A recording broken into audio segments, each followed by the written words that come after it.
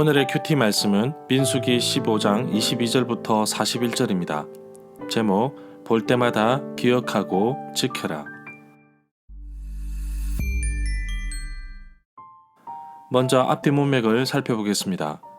지금 이스라엘 백성들은 불평과 악평과 불순종으로 인하여 여호와의 심판을 받아 광야로 다시 발걸음을 돌려야 합니다. 희망이라고는 도저히 찾아볼 수 없는 절망 가운데 한 가닥의 희망이 보입니다. 40년 뒤에 드려질 예배에 대해서 말씀하고 있습니다. 이제는 약속의 땅에 들어가서 처음으로 거두는 곡식으로 여호와께 드려야 할 규정에 대해서 말씀하고 있습니다. 여호와께서 말씀하셨는데 당장 일어날 것처럼 보이지만 실제로는 40년 뒤에 지켜야 할 규례입니다. 여호와께서는 이스라엘 조상들에게 약속한 가나안 땅에 대해서 계속 유효함을 말씀하고 있습니다. 그러나 기다리는 백성들에게 자신들의 범죄, 불순종과 불순종으로 인한 징계로 힘든 시간을 보내야 합니다.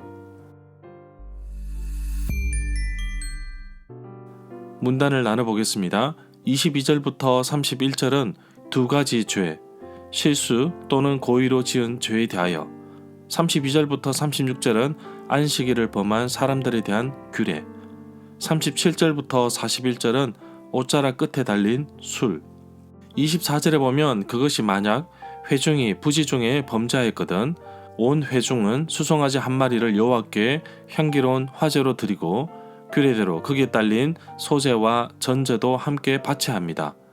또 순념소 한 마리를 속죄 제물로 바쳐야 합니다. 회중이 부지 중에 범한 것에 대한 부분은 레위기 4장 13절에 나옵니다. 25절에 보면 이렇게 제사장이 이스라엘 자손의 온 회중의 죄를 속하여 주면 그들은 사함을 받게 됩니다. 그것은 부지 중에 범죄한 것이며 또 부지 중에 범죄함으로 말미암아 헌물 곧 화제와 속죄제를 여호와 앞에 가져와야 합니다. 제사장이 회중의 죄를 속하는 부분은 레위기 4장 20절에 나옵니다.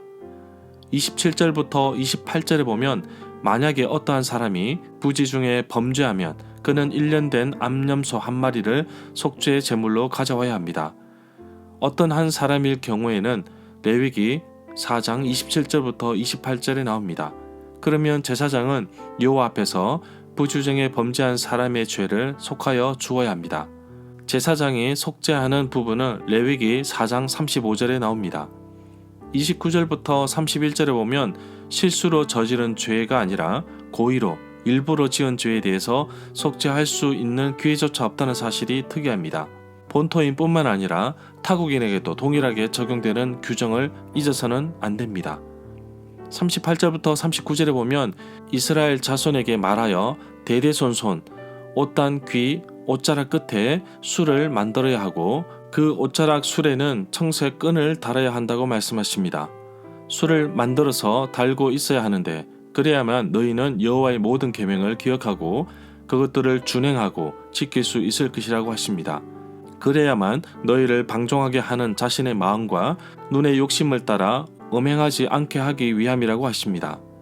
술은 옛날 방석에 보면 네모 끝부분에 실 가닥을 묶어서 달아놓은 것을 연상하면 될 것 같습니다. 옷자락 끝부분에 매단 술을 보면서 항상 여호와의 명령과 규례를 생각하며 살도록 하였습니다. 그러나 신약시대에 와서 서기관들과 바리새인들은 자신들의 행위를 남들에게 보이고자 옷술을 길게 하면서 자랑하기도 하였는데 예수님께서 이 부분을 지적하셨습니다. 마태복음 23장 5절에 나옵니다. 아론이 제사장 직분을 받고서 옷을 제작하는 과정에서 옷 가장자리를 돌아가면서 술을 넣고 금방울을 간격을 두고 달았습니다.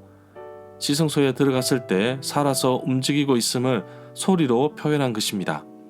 몸을 움직일 때는 방울 소리를 통하여 여호와께서 생명을 주셨음을 기억하듯이 옷에 달린 술을 보면서 여호와의 계명을 기억하며 준행하도록 그리고 탈선하지 않도록 붙잡을 수 있는 기준을 마련해 주신 것입니다. 절마다 상세한 설명과 구절에서 그리고 핵심 내용과 중심 줄거리는 네이버 블로그에 올려져 있습니다. 내게 주시는 교훈입니다. 부지 중에 저지른 죄는 용서함을 받을 기회가 있습니다.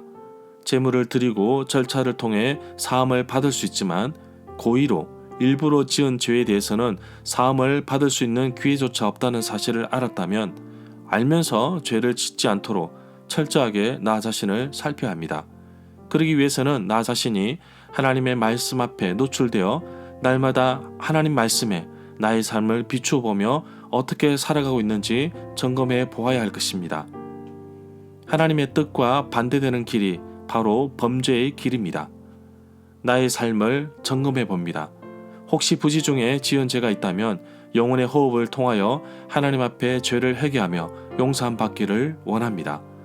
나의 죄를 용서하기 위해 예수 그리스도께서 십자가에서 죽으신 것을 잊어서는 안 될 것입니다. 나의 죄를 용서하여 주심에 감사드립니다. 다시는 죄에 노출되어 하나님이 기뻐하시지 않는 일을 하지 않도록 날마다 나의 죄의 본성을 버리고 오로지 하나님께서 주신 말씀으로 새롭게 살아가는 하루가 되기를 간절히 소망합니다. 40년간 광야에서 움직이는 이 시간을 어떻게 보십니까? 허송 세월이라고 보십니까? 당연히 불순종과 불신앙에 대한 징계의 시간으로만 보시겠습니까? 저는 이 시간을 여호와 하나님만 바라볼 수 있는 정말 귀한 훈련의 시간으로 보고 싶습니다. 약속의 땅에는 풍성함이 있어서 물질에 기댈 수 있었지만 광야에서는 전적으로 하나님께서 먹이시고 입히시는 것을 의존할 수밖에 없습니다. 이렇게 긴 시간을 어떻게 한결같이 여호와 하나님만 바라보며 그분의 뜻을 따라 순종하며 살 수 있을까요? 그렇게 하려면 날마다 나를 말씀 가운데 살도록 해야 합니다. 말씀을 외우든지 말씀을 보든지 말씀을 듣든지 해야 합니다. 분주복잡한 오늘날 나의 신앙을 지켜줄, 항상 보면서 말씀을 되새길, 나의 삶을 올바른 길로 인도할 그 무언가가 있으십니까? 오늘도 철저하게 하나님과 그분의 말씀을 신뢰하며 살아가는 하루가 되기를 간절히 소망합니다. 순종의 발걸음을 기억하시고 이끄시는 하나님께서 나의 삶을 최고의 길로 인도하실 것을 기대하며 살아가는 하루가 되기를 간절히 소망합니다.